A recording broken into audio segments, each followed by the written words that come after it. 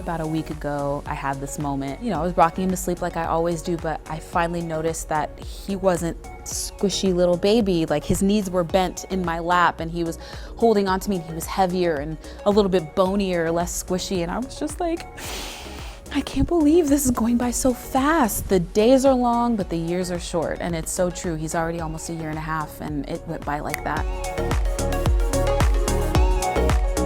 One time I was in the kitchen with DJ. I turned around for 1 second. I don't know how this was down there, but he had a barbecue steak knife in his hand. And I was like, oh my gosh, because he just turned around and looked at me, was like, ah, with the knife in his hand. And I was like, oh. It was the most terrifying and just mind-boggling thing because I had no idea how that got down there. Toddlers are incredible for finding the perfect worst thing to pick up off the floor. His motor skills are becoming finer and his brain is just so quick. He's so sharp.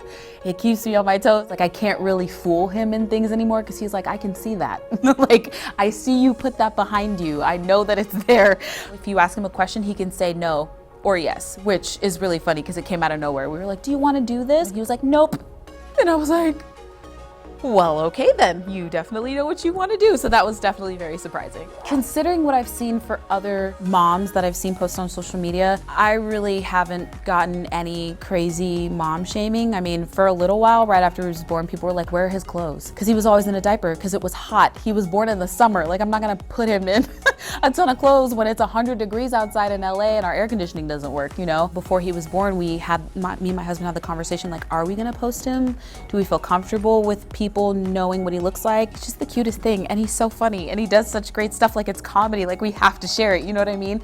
But there are a lot of moments that we keep to ourselves as well, and I think that that's an important thing, is to have that balance. He's a part of our life. He's such a beautiful part of our life. Why wouldn't we want to share that? I had the baby blues, which was more, there's a difference between postpartum depression and baby blues. So I don't want to get that confused because I don't want people to think that I know everything about it, because I don't. My anxiety shot through the roof as soon as the baby was born. Just fear of everything, germs, going outside, fear of other people. It would overwhelm me at times. How I got through that was my husband was my rock. He was so great with being gentle with me and understanding that there was a lot going on with my body and my hormones and everything that happened, and that essentially a trauma had just happened to my body. I needed time to heal. That helped me, and then working through it on my own and realizing I needed to harness it and take, not control necessarily, but knowing that I could take that to use it to propel me instead of trapping me. There's so many things that go into being a mom and so many thoughts that can cross your mind. I have such a strong support in my family and